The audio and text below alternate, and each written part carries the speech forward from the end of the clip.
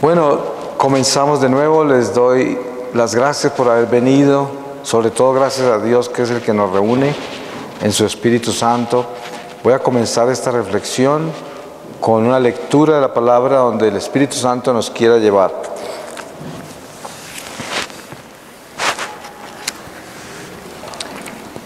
De la carta de San Pablo a Timoteo, capítulo 6, versículo 1, dice: los esclavos, todos los que estén bajo el yugo de la esclavitud, consideren a sus dueños como dignos de todo respeto, para que no se blasfeme del nombre de Dios y de la doctrina. Los que tengan dueños creyentes, no les falten al respeto por ser hermanos, sino al contrario, que les sirvan todavía mejor por ser creyentes y amigos de Dios los que reciben sus servicios. Esto debes enseñar y recomendar. Si alguno enseña otra cosa y no se atiene a las sanas palabras de nuestro Señor Jesucristo y a la doctrina que es conforme a la piedad, está cegado por el orgullo y no sabe nada, sino que padece la enfermedad de las disputas y contiendas de palabras, de donde proceden las envidias, discordias, maledicencias, sospechas malignas, discusiones sin fin, propias de gentes que tienen la inteligencia corrompida, que están privados de la verdad y que piensan que la piedad es un negocio. Y ciertamente es un gran negocio la piedad, con tal de que se contente con lo que tiene. Porque nosotros no hemos traído nada al mundo y nada podemos llevarnos de él. Mientras tengamos comida y vestido, estemos contentos con eso.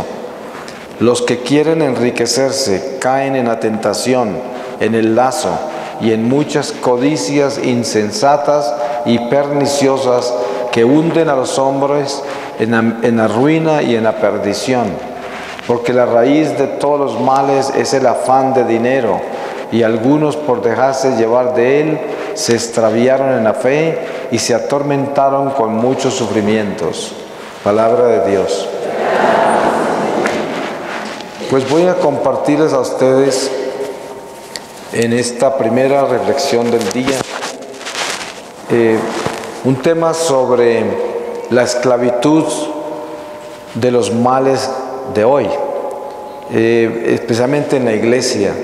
Nosotros sabemos, y como hijos de Dios, que estamos siguiendo al Señor con fidelidad y buscando obedecerle, tal y como el Señor nos lo ha enseñado, el Señor Jesús, tal y como nos ha dejado escritos los evangelios a través de sus apóstoles, tal y como la iglesia, que es santa, a través de los siglos nos ha ido educando en su doctrina por la experiencia que el Espíritu Santo le trae a la iglesia en su peregrinar por la tierra.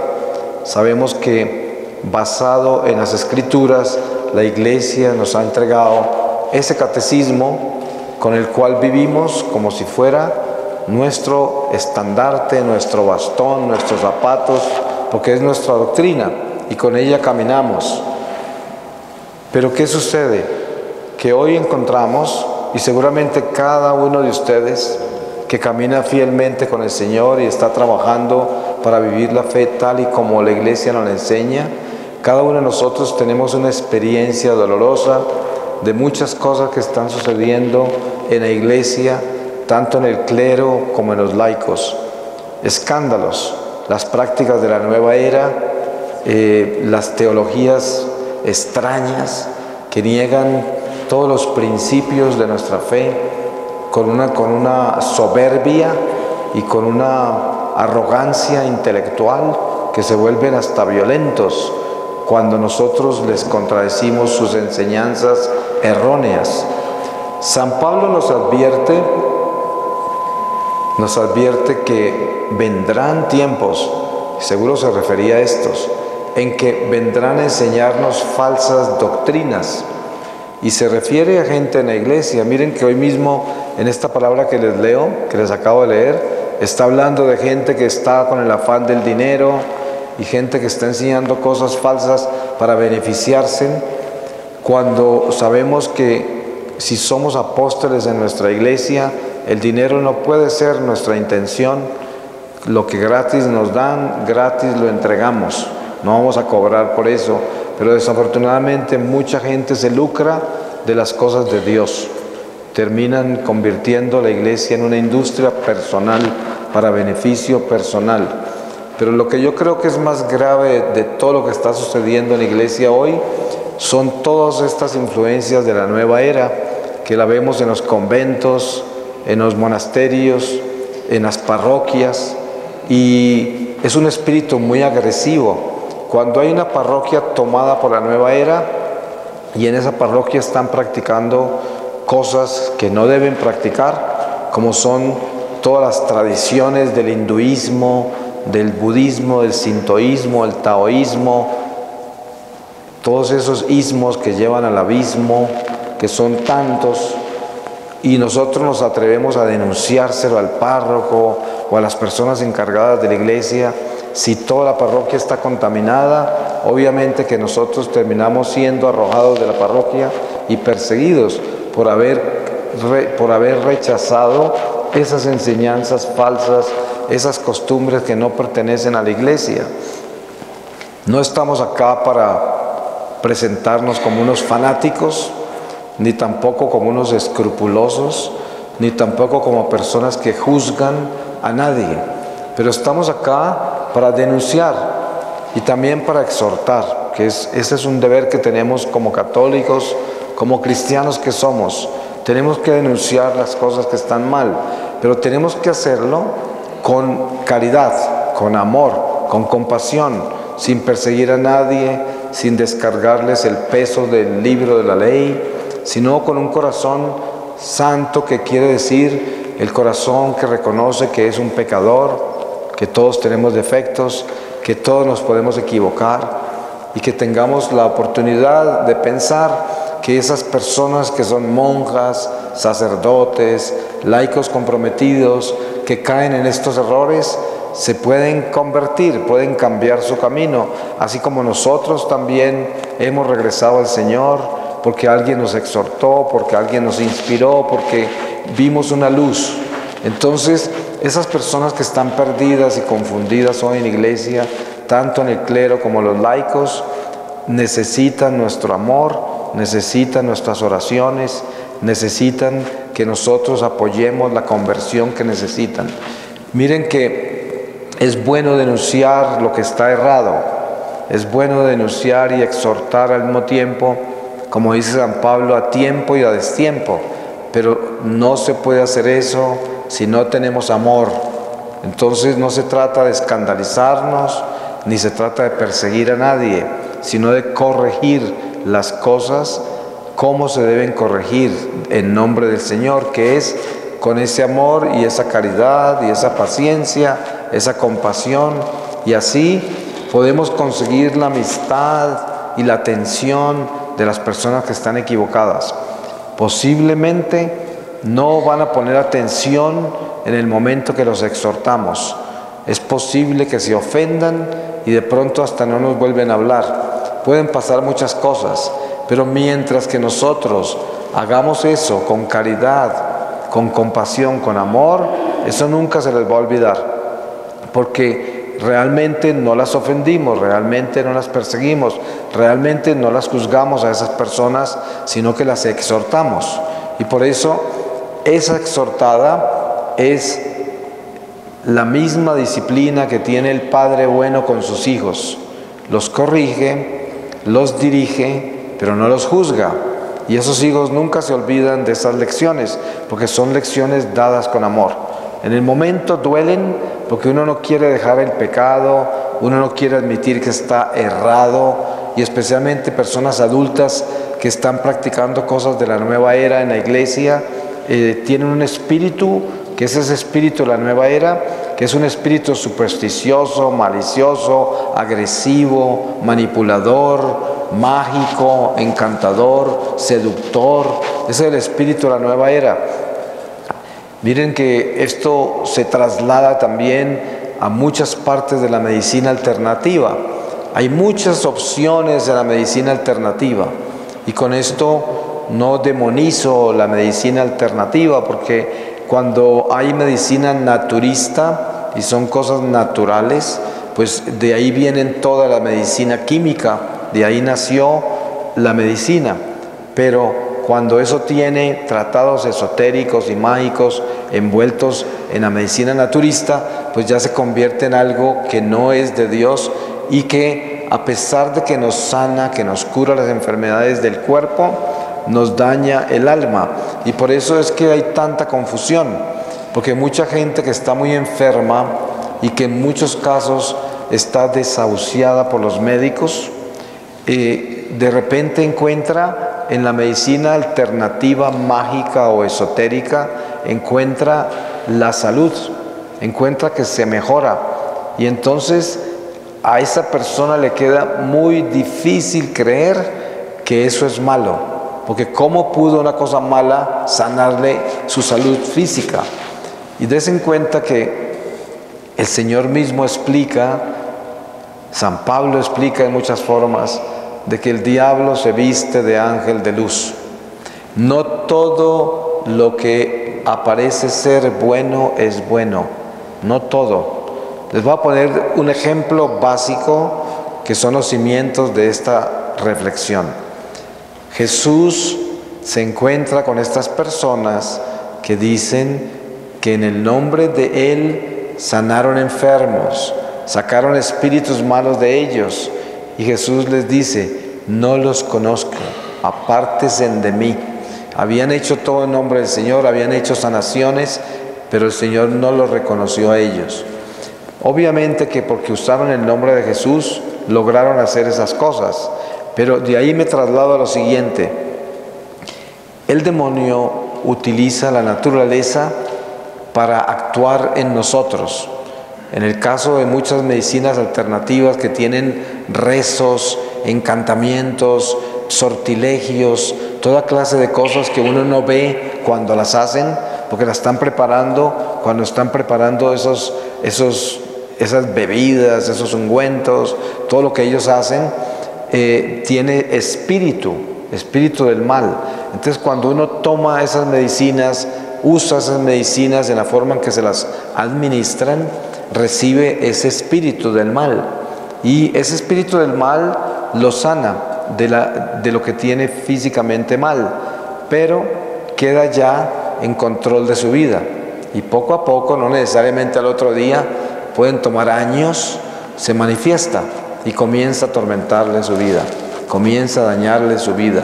Por eso no necesariamente las consecuencias de esa medicina son aparentes muy rápidamente, se toman años a veces. Es como los niños que juegan con la ouija, y de pronto jugaron con la ouija a los 7 años, a los 11 años, y de pronto las consecuencias no se ven hasta que tienen 18 años, 20, 30 años, 40 años. Yo conozco casos con exorcistas que han liberado personas que adquirieron una opresión, una obsesión, y en muchos casos posesión, cuando jugaron con la ouija a los 7, 10, 11 años, y solo se manifestó a los 30, 40 años. Así de que, como el demonio vive en la eternidad, no en el tiempo ni en el espacio, para los espíritus del mal esperar 20 años no es nada, porque eso es un instante en la eternidad. Para nosotros sí, pero para ellos no. Entonces pónganse a pensar lo peligroso que es todo esto. Obviamente que les quiero aclarar algo. Cuando nosotros somos fieles a Dios, cuando regresamos a la iglesia y nos renovamos, nos arrepentimos, nos confesamos y comenzamos a recibir la unción de los sacramentos a medida que estamos viviendo nuestra fe y nuestra vida de oración, nuestra vida sacramental, a medida que estamos comportándonos bien y cambiando nuestra conducta y convirtiéndonos en mejores personas, nos vamos liberando de todas las cosas malas que hicimos, y los espíritus del mal que puedan estar en nosotros pierden la fuerza, nos vamos desatando. Hay casos graves en los cuales, a pesar de nuestra conversión y nuestro regreso a la iglesia, exige también una oración de liberación, una oración extraordinaria para desatarnos del todo. Pero ya el Señor nos va proveyendo con todas esas oportunidades, porque estamos caminando con Él. Y lo que quiero decir con esta aclaración es que no debemos tener miedo cuando ya regresamos a la iglesia y nos renovamos, no tener miedo por todo lo que hicimos en el pasado. Yo soy un testigo de eso, porque los que conocen mi testimonio saben que por 33 años viví en pecado y viví totalmente sumergido en la nueva era, en toda clase de tratados esotéricos, la magia, la adivinación, la cartomancia, la lectura de la palma, del tabaco, quién sabe cuántas cosas. La lista es inmensa porque fueron muchos años. Y sin embargo, desde mi regreso a la iglesia, por gracia de Dios que me rescató, he comenzado a sanar todo eso. Tuve muchas oraciones de sacerdotes que eran exorcistas y personas que me ayudaron a sanarme, y soy testigo de que eso así opera, así es como el Señor lo hace, y el Señor nos devuelve también la salud espiritual, nos regresa esa gracia. Por eso no debemos tener miedo al respecto de lo que hemos hecho en el pasado, con tal de que estemos con Dios en el presente y que tengamos esa decisión hecha de mantenernos con Dios. Eso es importantísimo. Ahora, ¿cómo hacemos nosotros para actuar hoy en la iglesia que está tan adolorida por tantas prácticas horribles, tantas teologías modernas que rechazan los principios reales de lo que es la palabra de Dios? Encontramos dos corrientes. Hay una corriente teológica en la iglesia que niega la existencia de Adán y Eva, que es prácticamente evolucionista, diría yo. Hay muchas formas de verlo, pero es algo muy triste, ¿no? Hay otra corriente que reconoce que Adán y Eva son dos personas reales, y ustedes saben que Jesús mismo lo confirma en su palabra, los apóstoles lo confirman en su palabra. San Pablo habla personalmente de Adán y Eva, los nombra como personas, no como una idea, no como un concepto, no como una forma de narrar la historia sagrada con un estado de fantasía, sino como una realidad de que son hombre y mujer. San Pablo dice, por un hombre entró el pecado al mundo, que se llama Adán, y por un hombre entró la gracia, que se llama Jesucristo. Y él nombra a Adán como un hombre, una persona, no la imaginación de un escritor, sino una realidad. Todos estos errores viajan en la iglesia. Hay muchos teólogos católicos que enseñan en el seminario, que aseguran que la Virgen no es virgen, que tuvo otros hijos, que eso es lo que también predican la teología protestante, todas las sectas cristianas. Eso es aterrador y sucede hoy en día. Ustedes le pueden contar los propios sacerdotes que se educan en los seminarios hoy, en muchos seminarios, que así es como les enseñan. Y por eso, ¿qué podemos hacer en las parroquias cuando un sacerdote está predicando eso, si así lo formaron? Entonces, a lo que yo voy es que todos estos errores que hay en nuestra iglesia hoy, nosotros no podemos convertirnos en perseguidores de esas personas que viven y predican esos errores. Tampoco podemos escandalizarnos y tampoco podemos volvernos en personas soberbias. Tenemos que orar mucho por nuestra iglesia, tenemos que interceder mucho por nuestros sacerdotes que están en el error, por los religiosos que están en sus conventos y monasterios aprendiendo cosas absurdas de la nueva era y de estas teologías modernas, a cambio de aprender de los padres de la iglesia, de los doctores de la iglesia, los santos y de todas las tradiciones sagradas de la iglesia. Están llenos de libros absurdos, modernos, psicologías alternativas, de control mental, de autosuperación, todas estas cosas absurdas que al cristiano no le sirven para nada. Ustedes saben que nosotros como cristianos no vivimos de la autoestima, sino que nosotros vivimos del Cristo estima.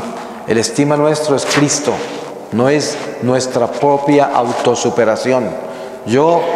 Todas las técnicas de control mental nos enseñan que nosotros solitos, nosotros mismos, lograremos alcanzar todas las metas que nos fijemos. Y es más, nos enseñan a colocar toda nuestra atención e intención en el futuro, en las metas que queremos alcanzar, y así las logramos, que es control mental. Esas cosas no vienen de Dios.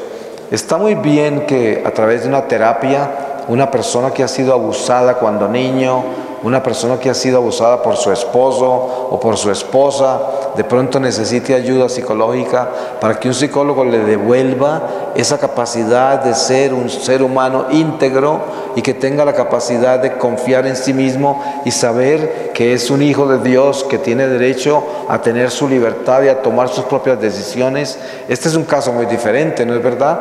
Donde la psicología actúa muy positivamente, donde rescata una persona que está golpeada, que está afectada, que ha sido abusada, pero una persona normal que está dentro de sus cabales, que es una persona que tiene su mente en orden y sus sentidos, sus instintos, su razón, no tiene por qué ir a adoptar ninguna técnica de control mental, ni concentrarse en su autoestima, en su realización personal, porque la realización nuestra se llama Jesucristo, nuestra estima se llama Jesucristo, todo lo que nosotros vivimos se llama Jesucristo, y por eso en el Señor están todas las verdades, toda la verdad entera.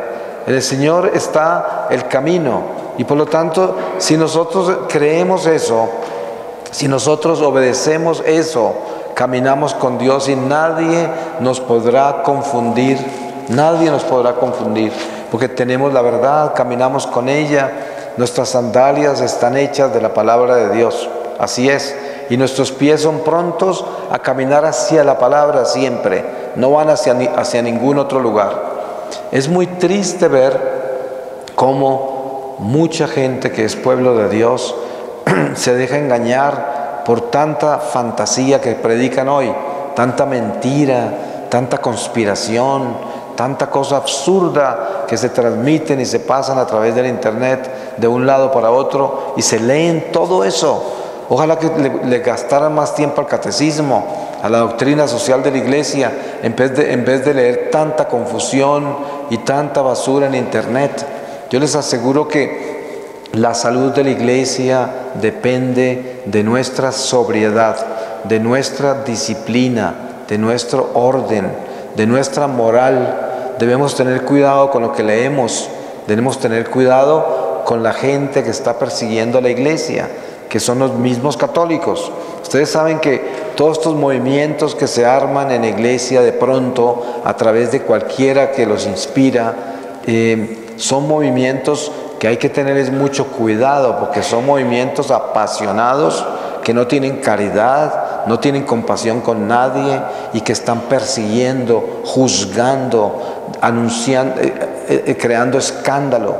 Ustedes los que estuvieron en la Eucaristía esta mañana estaban escuchando al Padre hablar de los escándalos y saben que la palabra dice: ay del que crea escándalos, más valdría que se pusiera una piedra al cuello y se tirara al mar, tendría más chances de salvarse, porque no podemos crear escándalos en la iglesia, no podemos hacer eso.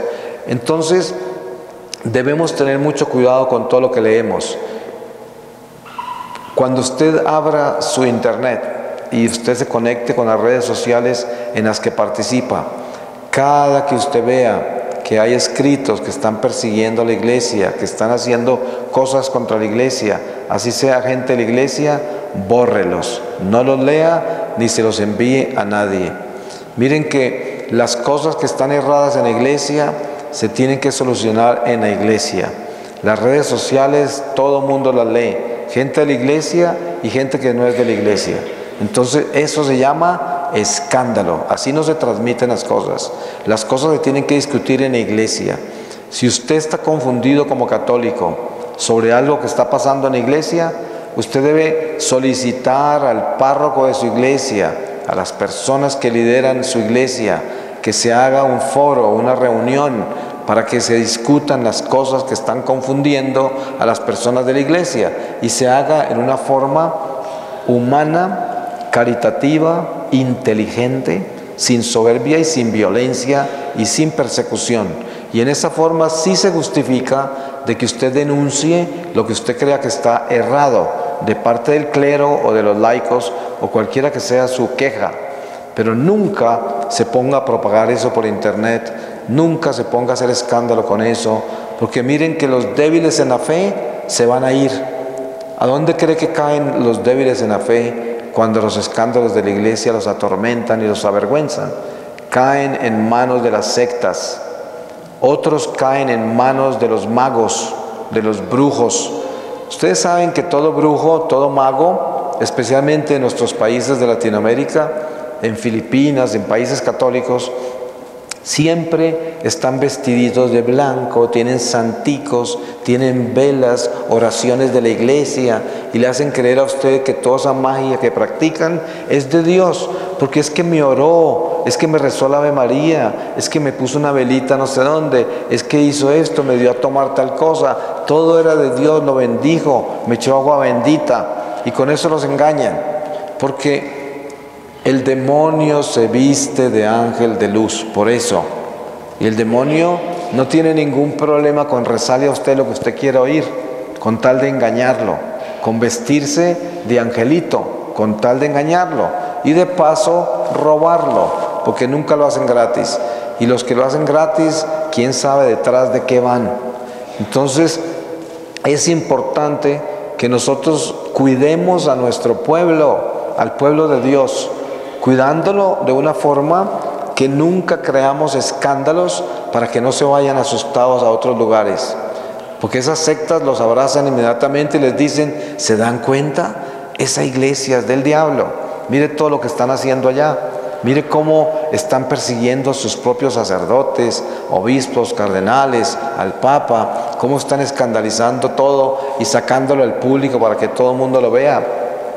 Yo me avergüenzo de contarles a ustedes que en Colombia, donde yo vengo, donde yo nací y donde tengo la casa madre de mi misión, tenemos dos apóstoles de la oscuridad que tienen una estación de televisión que vive persiguiendo al clero. Hace años comenzaron persiguiendo obispos, arzobispos, cardenales, ahora persiguen al Papa, siguen publicando conspiraciones absurdas como que el tercer misterio de Fátima no se reveló y Lucía era una falsa porque la habían matado a la otra, cosas de gente demente completamente, que yo conozco los orígenes de esas conspiraciones y desafortunadamente sale de mi país de una persona que tenía una estación que supuestamente era católica, hoy están excomulgados y la Conferencia Episcopal de Colombia declaró que esa estación no es católica.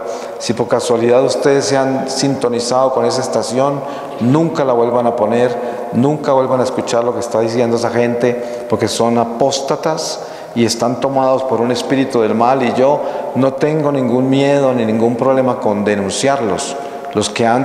Con los que antes tenía amistad, en esos programas estuve yo hace muchos años atrás, pero hoy me avergüenzo de eso, me duele, oro por ellos, oremos por ellos para que el Señor tenga compasión y se conviertan, porque son dos personas ya ancianas las que hacen eso, y eso no es lo único, hay mucha otra gente que ha seguido esa línea, y por eso nosotros debemos orar por ellos, debemos, así como ellos creen que están denunciando, pues nosotros también los denunciamos a ellos. Porque si ellos tienen derecho a denunciar lo que están denunciando, pues nosotros tenemos derecho a denunciar lo que ellos están haciendo. ¿Para qué? Porque es que creen que solo ellos denuncian y si nosotros denunciamos a ellos, se ponen furiosos y vienen agresivos a decirnos que no podemos continuar con este discurso. Pero se equivocaron, porque estas cosas hay que denunciarlas y hay que detenerlos y hay que mostrarle a la gente que la verdad camina por otro lado.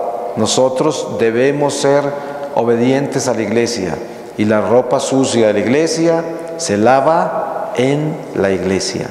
Eso es lo más importante. Entonces, ellos tienen todo el derecho de denunciar lo que ellos creen que está mal. No podemos quitarle ese derecho. Dios nos lo ha dado. Todos tenemos la libertad de expresarnos.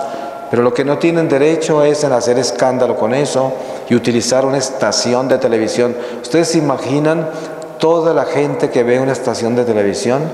Los millones de personas alrededor del mundo que se conecta hasta por internet y alcanza otros continentes.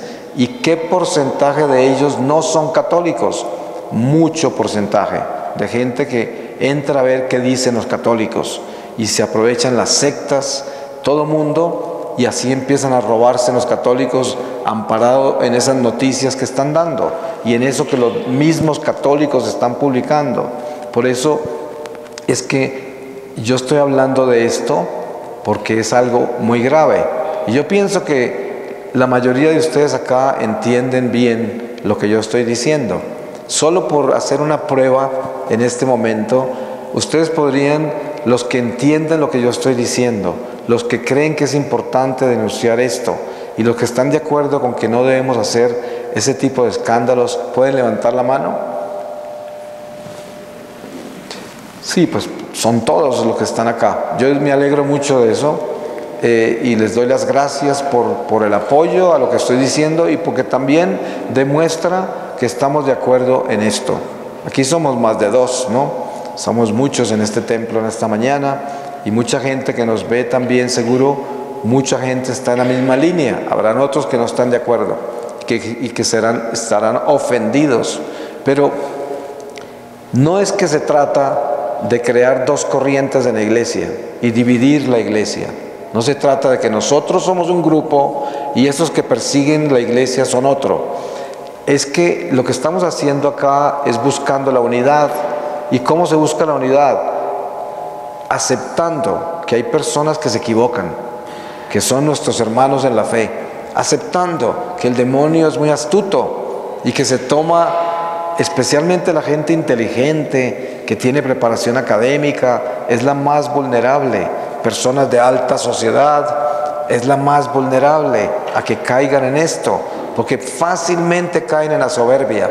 Y los ve uno con esas caras de limón, enfurecidos y persiguiendo a todo el que no está de acuerdo con ellos y amenazando y hasta le pueden hacer daño a uno porque pueden tratar de dañarle el apostolado a uno o hacer lo que sea si uno se va contra ellos. Pero lo más importante es que nosotros entendamos que la iglesia siempre está en batalla espiritual, siempre. La iglesia siempre está en batalla espiritual. Nosotros estaremos luchando con estos espíritus hasta el final de los tiempos y así ha sido desde el primer día de la iglesia. Mire, nació Jesús en Belén. ¿Qué pasó a los pocos días? Le tocó irse a la familia santa, a la Sagrada Familia, huyendo a Egipto con el bebé. Desde entonces, ¿qué esperanza? ¿Qué podemos decir? Si la persecución comenzó cuando el bebé acaba de nacer, entonces podemos esperar de que esta persecución se acabe. Ahora la persecución seguirá hasta el día que regrese el Señor, hasta la parusía. Y por esta razón nosotros debemos estar conscientes de que debemos estar alertas y vigilantes para defender la iglesia, para asegurarnos de que nosotros no caigamos en esos errores. Es demasiado importante de que todo este mal que se infiltra en la iglesia hoy debe ser algo que nosotros estemos listos a defender para que no continúe convirtiéndose en células cancerosas y para que no se tomen más personas. Por eso ustedes, cada uno de ustedes puede poner su granito de arena. ¿Cuál es el primer granito de arena? No lea la basura que transmiten por internet, bórrela, no se la pase a nadie. Y si es que están tan interesados y tienen tanto celo por la iglesia, pues que hagan foros dentro de la iglesia, que hagan reuniones dentro de la iglesia, que inviten a los sacerdotes que están de acuerdo, los que no están de acuerdo, y que así se haga una discusión para sacar al aire todas las diferencias que hay, las dudas que hay, las preocupaciones que hay, pero que se haga así, que se haga con inteligencia, con amor, con espíritu de Dios, con un corazón cristiano. y no con un corazón violento, vengativo, soberbio, perseguidor, calumniador, no con un corazón así. Hay muchas cosas en las cuales nosotros podemos colaborar para poder comenzar a sacar estos males de la iglesia. Yo, a través de la oración y de mi preocupación también por lo que veo en la iglesia, todos estos años que llevo de misionero, que son 18 años ya, este año cumplo 20 años de que el Señor me rescató, este 24 de diciembre, 20 años. Gloria a Dios por eso, porque todos los días le doy gracias a Dios por eso. Y seguro que cada uno de ustedes le da gracias a Dios por el día en que Él los despertó, que les abrió los ojos. Qué día tan grande es ese. Y lo celebramos todos los días, como celebramos el día de nuestro nacimiento también. Pero es que el nacimiento en la luz, en la fe, es más grande que todos los nacimientos. Y miren que en todos estos años de viajar por el mundo, he viajado por más de 100 países dentro de la iglesia. Todos estos años yo he orado mucho para que el Señor me muestre cuánto va a durar todo esto que está sucediendo entre la iglesia. Porque obviamente que la iglesia está invadida hoy por más males que lo que se ha visto en muchos siglos. Obviamente la iglesia ha tenido tiempos peores, porque sabemos lo que sucedió durante los años oscuros que llaman el oscurantismo, que casi desaparece completamente nuestra fe. Pero lo que yo he podido ver, ustedes tal vez conocen todo lo que sucedió con el Papa León XIII. La oración de San Miguel Arcángel, todo lo que él vio y oyó a Satanás hablar con Dios, y cuando pidió 100 años, o Dios le dio 100 años para probar la iglesia, supuestamente estamos saliendo de esos 100 años, estamos entrando en otro momento. No podría hablarles con muchos detalles sobre eso, pero hay una esperanza al frente de nosotros, como en el atrio de la iglesia, una esperanza de que ya comienza a perderse esa fuerza del maligno que se entró a la iglesia.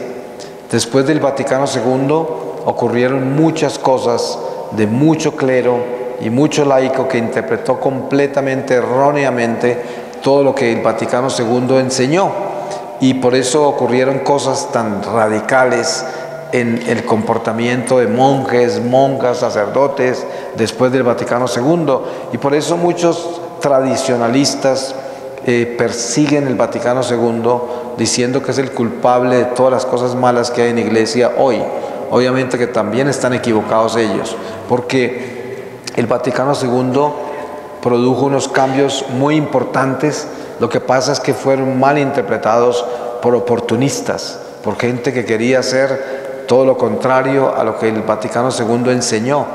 Entonces hay muchas áreas de la iglesia que están confundidas hace muchos años, y por eso yo pienso que vamos a comenzar a entrar en una era de esperanza donde la iglesia va a comenzar a cambiar, donde va a comenzar a entrar de regreso en lo que la iglesia es, en sus tradiciones sagradas, en su sana doctrina, en la obediencia a lo que Jesús nos ha revelado, en vivir con el Evangelio tal y como está escrito. Y tenemos que tener esa esperanza, porque sabemos que el diablo nunca triunfará contra la iglesia. Entonces podemos tener la seguridad. Eso quiere decir a nivel personal de que el diablo nunca triunfará contra nosotros si nosotros nos mantenemos en la verdad. Seguramente muchos de ustedes, como yo también, podemos testificar de que le dimos la oportunidad al diablo para que nos tumbara e hiciera de nosotros una miseria de pecado, por años a veces, ¿no? Como en el caso mío. Y qué triste que es tener que testificar eso, porque es la verdad, pero qué lindo que es poder testificar también de que el Espíritu de Dios nunca nos abandonó, y que en el momento que cambiamos de ideas, que cambiamos de rumbo, el Señor estaba ahí, y el Señor nos recibió con sus brazos abiertos y nos perdonó y nos dio otra oportunidad. Y por eso estamos aquí reunidos, porque el Señor nos ama, porque Él está con nosotros, porque Él nunca nos traiciona. Es el amigo fiel, el único amigo fiel. porque eso es lo que celebramos nosotros en esta mañana. ¿Qué estamos celebrando? Un Dios misericordioso. Seguramente casi todos ustedes, si no es que todos, conocen el mensaje de la misericordia a través de Santa Faustina. Un mensaje muy importante para estos tiempos. ¿Y qué dice ese mensaje en pocas palabras? Que Dios es misericordia. Jesucristo es nuestra esperanza. Y si nosotros confiamos en esa misericordia, tenemos nuestro corazón puesto en la gracia de Dios permanentemente, porque confiamos en Él. Por eso es tan importante lo que dice la palabra, la frase debajo de su imagen de la Divina Misericordia, y que Jesús le insistió a Santa Faustina de que esa frase era importantísima que la repitiéramos. Jesús, yo confío en ti. Miren que yo siempre que encuentro personas confundidas, afligidas, en tribulación, pasando por pruebas difíciles en la vida, siempre les digo, yo les puedo compartir una experiencia personal. Mi experiencia personal es que en tiempos de confusión, en tiempos en que mi fe está probada, en tiempos en que pienso que todo se derrumbó, siempre me concentro en decir, Jesús, yo confío en ti. Y lo repito cuantas veces necesito repetirlo. A veces, y seguramente muchos de ustedes viven esto de vez en cuando, si no es que es frecuente como en mi caso, en la noche hay visitas muy desagradables, que quieren despertarlo a uno, que le quieren quitar el descanso, que lo quieren atormentar. Y yo en estos momentos, cuando tengo ese tipo de visitas, lo que me pongo a hacer es, Jesús, yo confío en ti. Jesús es mi Señor. Jesús, yo confío en ti. Y lo repito hasta que me quedo profundo. Y con seguridad que esas visitas quedan bien chamuscadas, ¿no? Eso es. Por algo ustedes aquí en México lo llaman el chamuco, ¿no es verdad? Porque es un chamuscao. Así que nosotros entendemos que el Señor nos ha dado las armas. Tenemos las armas en nuestra mano y por eso tenemos que usarlas. Cada que estemos en problemas, cada que estemos confundidos, Jesús, yo confío en ti. Y eso penetra el alma, el corazón, todo nuestro ser y ahuyenta los demonios. Si lo decimos con convicción, si lo decimos con verdadera confianza, como Él nos pide, si sabemos que Jesús nos escucha, que el Señor está con nosotros, eso tiene un poder inmenso. Ustedes han oído y han visto cosas de los magos cuando sacan sus frases y sus encantamientos, y a través de esos encantamientos suceden cosas sobrenaturales, porque ellos usan tratados satánicos y todo esto. ¿Se imaginan si las fuerzas del mal a través de las palabras pueden hacer cosas así? ¿Cuánto más podremos hacer nosotros con las palabras de la luz, del poder de Dios? Entonces se pueden imaginar cuán poderosa es una frase como Jesús, yo confío en ti. Cuando al nombre de Jesús tiemblan los infiernos, al nombre de Jesús, porque es el nombre que está por encima de todo nombre, el nombre del Señor. Los infiernos tiemblan. Entonces, si nosotros podemos pronunciar ese nombre de Jesús con toda convicción, con todas las fuerzas de nuestro corazón, tenemos dominadas las tinieblas. Eso sí, yo estoy hablando de algo que tenemos que tener en cuenta, y es que para que ese nombre tenga la fuerza que necesitamos que tenga, nosotros debemos pertenecerle al Señor. Porque ¿qué nos ganamos con decir Jesús, yo confío en ti, si tengo un pie puesto con el demonio? Si tengo la mitad de mi vida comprometida con Satanás. Eso no. La mediocridad, la tibieza no pertenece a la verdad. Por eso Jesús dice que vomita al tibio. Para que el nombre de Jesús, yo confío en ti, retumbe y derrote las tinieblas, yo tengo que ser un hijo de Dios y estar con el Señor, vivir con el Señor, vivir para el Señor, creer en el Señor y confiar que Él es mi bandera, mi escudo, mi espada, mi camino, mi verdad, mi vida. Eso es importante. Y esta es la contribución que nosotros tenemos para la iglesia. La contribución de cada uno de nosotros es la capacidad de reconocer a Jesús como nuestro Señor. Esa es nuestra contribución. Usted se puede imaginar lo poderosa que sería la iglesia, nuestra parroquia, sus parroquias, sus vidas, su familia, si entre ustedes hay una persona que está convencida 100%, 24 horas al día, sin duda alguna, de que Jesús es el Señor de todas las cosas, el Señor de mi peinado, de mis zapatos, de mi correa, de mi trabajo, de mi salud física, mental, espiritual, de mis amigos, de mi familia, de mi trabajo, de mis proyectos, de todo. Inclusive Jesús es el Señor de mis propias inseguridades, miedos, angustias, porque Él dice: tráeme todo a mí, los que estén cansados, vengan a mí, los que están angustiados, todos vengan a mí. ¿Por qué? Porque en Él se solucionan todas las cosas.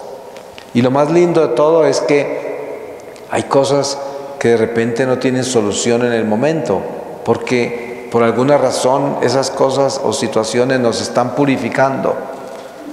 Todos sabemos eso, ¿no es verdad? Hay padres y madres de familia que están viviendo cosas muy difíciles con sus hijos y los hijos no parecen cambiar, pero Dios tiene un plan con cada persona y Dios nunca abandona las oraciones de los padres y Dios tiene un plan con los hijos. Miren mi caso, mi madre oró por mí toda la vida y se murió antes de mi conversión, pero después le tocó verla de un mejor lugar, de que sí le escuchó el Señor. Aquí estoy yo.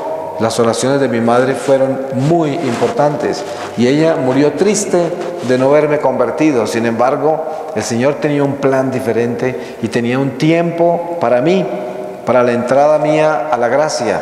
Lo mismo pasa con todos ustedes y sus hijos, lo mismo pasa con ustedes y sus esposos o esposas, o sus hermanos o sus padres.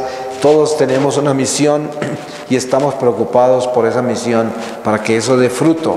Pero no podemos desanimarnos, ni perder la esperanza, ni llenarnos de negatividad, ni de miedo, porque las cosas no se están dando.